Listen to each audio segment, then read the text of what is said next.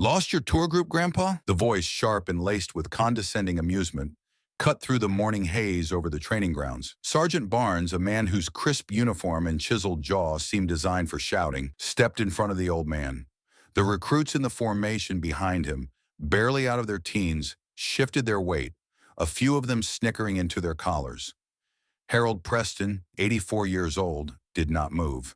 He stood in the formation as if he belonged there, his back straighter than men half his age. His hands, rough with time, rested calmly at his sides. His eyes, pale blue and clouded by age, held a calm depth that seemed to absorb the sergeant's hostility without reflection. He wore simple khaki pants and a worn green jacket that looked 50 years out of date. Barnes's lips curled into a smirk. He circled Harold like a predator, sizing up peculiar prey. "This is an active firing range, old-timer, not a museum. Are you deaf? I asked you a question." A few more nervous laughs rippled through the ranks of the recruits. To them, this was a welcome break from the relentless drilling, a bit of unexpected theater. They saw a confused old man who had wandered into the wrong place, a harmless relic about to be chewed out by their formidable drill sergeant. They saw the faded, nondescript patch on his sleeve, a circle of drab green with some kind of unidentifiable gray stitching, and some of them nudged each other, whispering jokes about what antique store he'd found it in. "I know where I am, Sergeant." Harold's voice was quiet, yet it carried a surprising resonance. It was a voice that didn't need to be loud to be heard.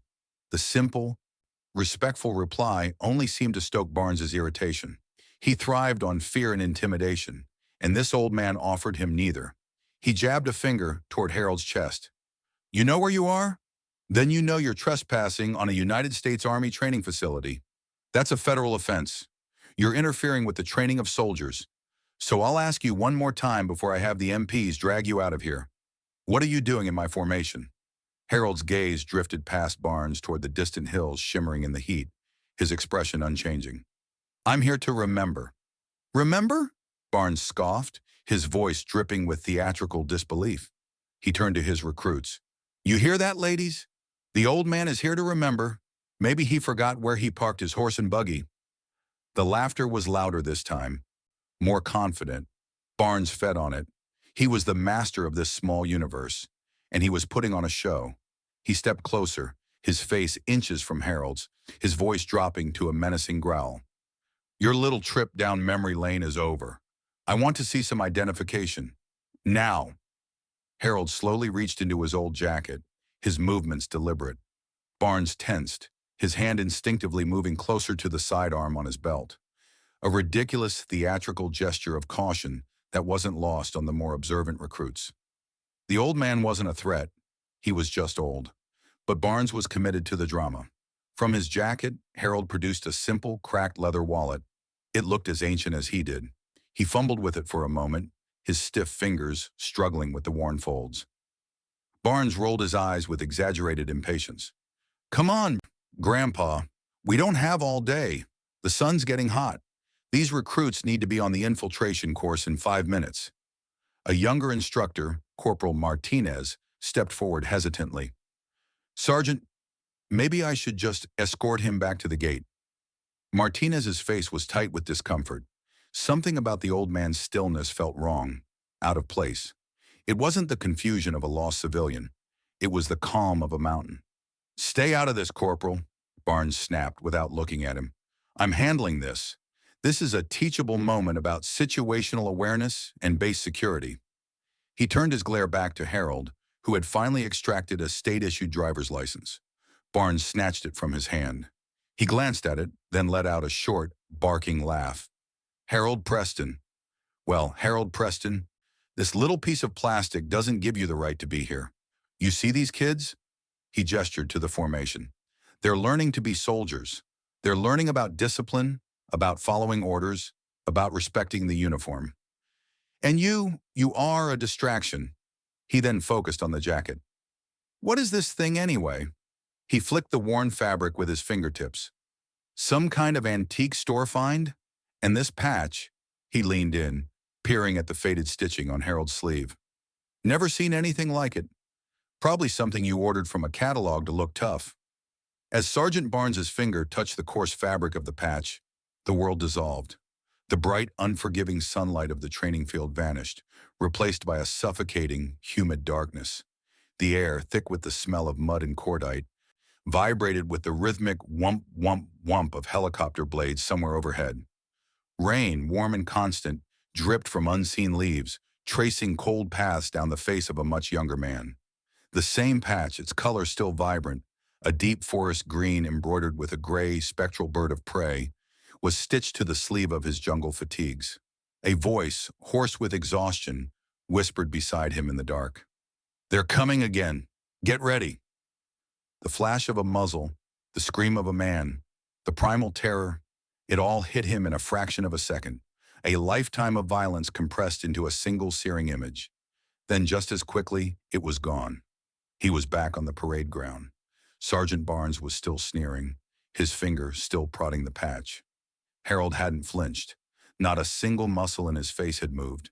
To the outside world, nothing had happened. But the ghost of the jungle was now with him, standing silent in the oppressive heat. From 100 yards away, standing near a dusty Humvee, Lieutenant Cooper watched the scene unfold through his binoculars.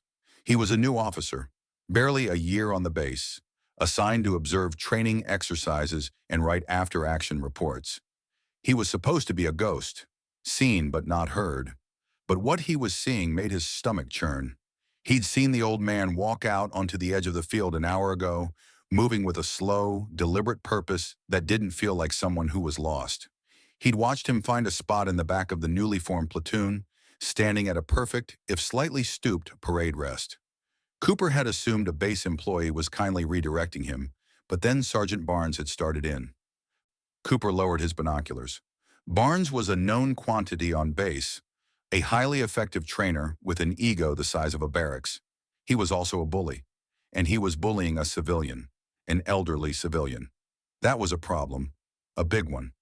Every instinct in Cooper's officer training screamed at him to intervene, to uphold the Army's values. But a bigger, more primal instinct, the self-preservation of a junior officer, told him that confronting a senior NCO in front of his troops was a career-ending move. He could drive over there, pull rank, but what would he say? "Sergeant, please be nicer to the trespassing civilian."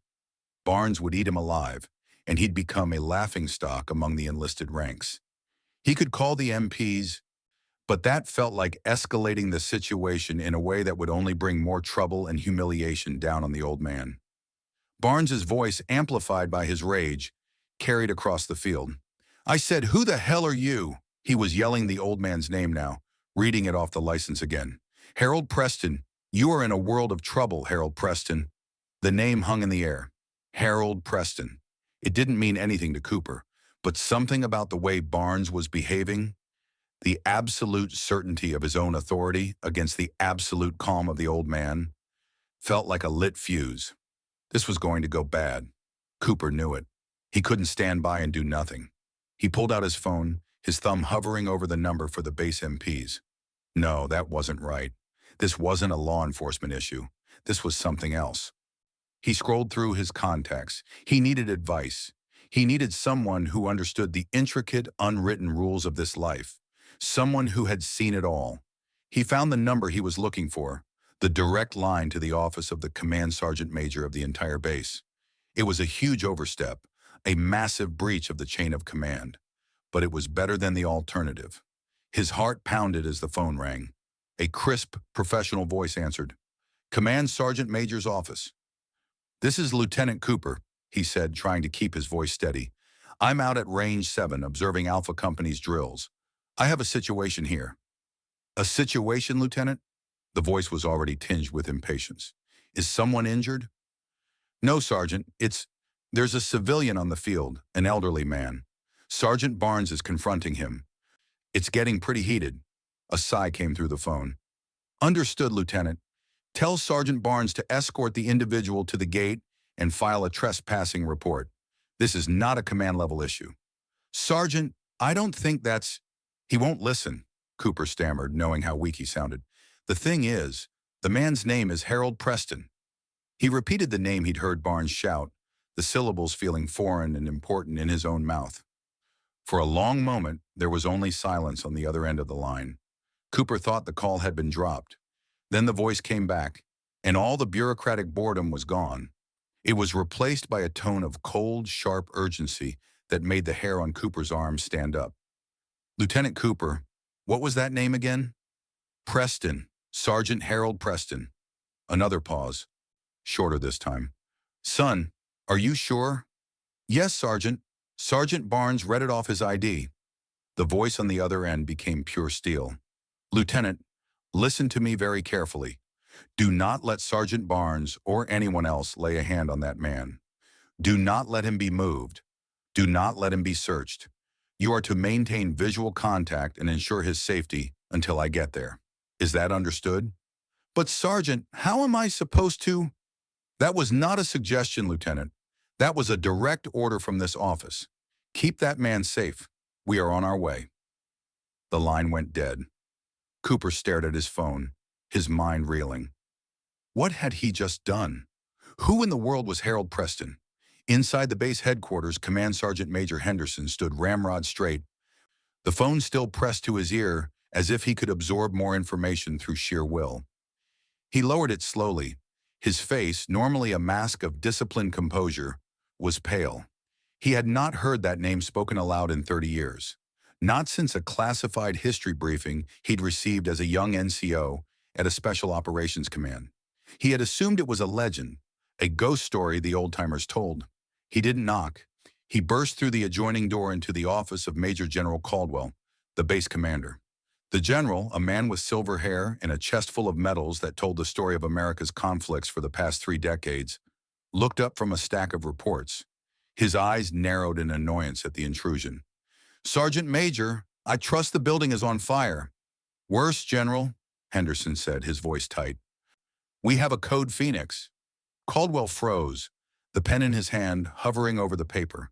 He stared at his senior NCO. A code Phoenix, Henderson. That's a historical protocol. It was retired in the 70s. It's a myth. It's not a myth, sir, Henderson said, his voice low and intense. He's here on range 7. Harold Preston. The general's face went through a rapid series of transformations, from disbelief to confusion to profound and unmistakable awe. He slowly stood up, his towering frame seeming to fill the room. He walked to the window, looking out toward the distant training ranges as if he could see the man himself. Get my vehicle, the general commanded, his voice a low rumble of authority, and get the honor guard. Full dress uniform. Now, Sergeant Major, move. Back on the sun-baked field, Sergeant Barnes's patience had completely evaporated. The old man's quiet defiance was an insult to his authority, an unacceptable crack in the perfect facade of control he maintained over his recruits. The apathetic stare, the simple, maddeningly calm answers, it was all a performance, and Barnes was going to end it. That's it. I'm done asking, Barnes snarled, his face a blotchy red. You're a trespasser, you're a security risk, and you're disrupting military training. You're a threat, old man. You are officially under arrest. He reached out and grabbed Harold's arm. The skin was thin and papery, but the muscle and bone beneath it were like stone. For a moment, it felt to Barnes like grabbing hold of a statue. Harold didn't resist, but he didn't yield either. He simply stood there, a fixed point in Barnes's swirling vortex of fury. You're going to come with me, Barnes said, yanking on the arm. We're going to find out just who you are. Maybe a nice long chat with base intelligence will loosen that tongue of yours. Or maybe you're just senile. A full medical evaluation might be in order. The threat hung in the air, ugly and final. The recruits were no longer entertained. They were silent, watching with wide, uncomfortable eyes. They were witnessing a line being crossed. This was no longer training. It was cruelty. Corporal Martinez took another half-step forward, his mouth open to protest, but the sound was choked off by the sudden, disciplined crunch of tires on the gravel access road. Heads turned. 3 black, immaculate command vehicles were approaching, moving not with the frantic haste of an emergency, but with the unstoppable momentum of destiny. They weren't using lights or sirens. They didn't need to. Their presence alone was a siren that screamed of authority. They pulled to a stop in a perfectly spaced line, kicking up a cloud of fine dust that seemed to momentarily veil them in a shroud of importance. The doors opened in near-perfect unison. From the lead vehicle stepped Major General Caldwell, his uniform so crisp it looked like it could cut glass, his 2 stars glinting in the sun. From the second, Command Sergeant Major Henderson. And from the third, 4 soldiers from the base honor guard, their dress blues a stark, formal contrast to the field uniforms of the recruits, their rifles held with ceremonial precision. The entire training field went silent. The only sound was the hot wind whistling over the dry grass. Sergeant Barnes froze, his hand still clamped on Harold Preston's arm. He stared at the approaching general, his mind struggling to process what was happening. A general didn't come to a live fire range for a trespassing incident. A general didn't bring the honor guard. His brain cycled through a dozen possible explanations, each one more terrifying than the last. He had screwed up. He had screwed up in a way he couldn't yet comprehend, but the scale of which was being measured by the number of stars walking toward him. General Caldwell's eyes were like chips of ice. He completely ignored the existence of Sergeant Barnes. His gaze was fixed, locked onto the old man in the faded jacket. He marched directly toward him, his command sergeant major a half-step behind. The honor guard followed, their movements sharp and synchronized. They stopped 3 feet in front of Harold Preston. Then in the stunned silence, General Caldwell brought his hand up in a salute. It was not a casual gesture. It was the sharpest, most profound salute he had ever rendered in his life. His arm was a straight, rigid line, his posture a testament to 30 years of discipline, all of it now directed in a show of pure, unadulterated respect for the civilian in front of him. Mr. Preston, the general's voice was a low, powerful baritone that carried across the entire field. It is an honor to have you on my base, sir. A collective gasp went through the recruits. They stared slack-jawed as their base commander, a man they considered practically a god, stood at attention for the senile old man their drill sergeant had just been threatening. Sergeant Barnes let go of Harold's arm as if it had burned him. The blood drained from his face, leaving it a sickly, waxy white. Harold Preston simply nodded, a slow, tired acknowledgement. "General," he said, his voice as quiet as ever. The general held his salute for a long moment before dropping it. He then turned slightly, so he was addressing not just Harold, but the entire formation of wide-eyed recruits. "For those of you who are confused," the general began, his voice ringing with a cold fury that was far more terrifying than Barnes's hot-tempered yelling, "let me provide you with a history lesson, a lesson that Sergeant Barnes here seems to have forgotten." He paused, letting the weight of his words settle. "You are in the presence of a hero, not a hero in the way we use the word lightly. You are in the presence of a legend. This is Harold Preston." He pointed to the faded patch on Harold's sleeve. This patch, which some of you might have found amusing, is the symbol of MACV-SOG Studies and Observation Group. Specifically, this is the patch of a spike team that operated under that command. A ghost unit so secret that for 30 years the United States government denied its existence. They were called the Shadows. They went on missions across the fence into Laos and Cambodia, missions nobody else would take. Their casualty rate was 100%. Every single one of them was either killed or wounded, or both. He took a step closer to Harold. Mr. Preston is the last of them. He is the sole survivor of the Shadows. In 1968, during an operation to rescue a downed pilot deep in enemy territory, his 12-man team was compromised and surrounded by an entire enemy battalion. For 3 days, they held their ground, calling in airstrikes on their own position. Harold Preston, then a 20-year-old sergeant, was wounded 5 times. He refused medevac, staying with his men until the very end. When reinforcements finally broke through, they found him, the last man standing, protecting the bodies of his 11 comrades. The general's voice grew thick with emotion. For his actions, he was awarded the Distinguished Service Cross. What the official record doesn't say, because it was classified until 2005, is that he was also awarded the Medal of Honor. He is one of the most decorated soldiers in the history of the United States Army. He doesn't wear his medals, he doesn't ask for recognition, but he has earned our respect 1,000 times over. The recruits stared at Harold, no longer seeing a frail old man, but a titan. They looked at his wrinkled face and tried to imagine him as a young man, wounded and alone in a jungle halfway around the world. Lieutenant Cooper, watching from a distance, felt a profound sense of relief and humility wash over him, and Sergeant Barnes just stood there, swaying slightly on his feet, his world completely and irrevocably shattered. General Caldwell finally turned his ice-cold gaze on Sergeant Barnes. The general didn't raise his voice. He didn't have to. The quiet condemnation was infinitely more devastating. "Sergeant," he said, his voice dangerously low, "the ground you stand on, this place where you are privileged to train the next generation of American soldiers, was paid for by the sacrifice of men like him. You treated him with contempt. You humiliated him. You laid hands on him. He let the last accusation hang in the air, a mortal sin in the military world. You have not only failed as a non-commissioned officer, you have failed as a soldier. You will report to my office at 1600 hours. Bring your commanding officer. You will pack your personal items from your desk because, as of this moment, your career as a drill sergeant is over." Barnes could only manage a choked, "Yes, sir." He looked small, pathetic, a bully stripped of his power. Just as the general was about to turn away, Harold Preston took a shuffling step forward. He placed a frail hand on the general's perfectly starched sleeve.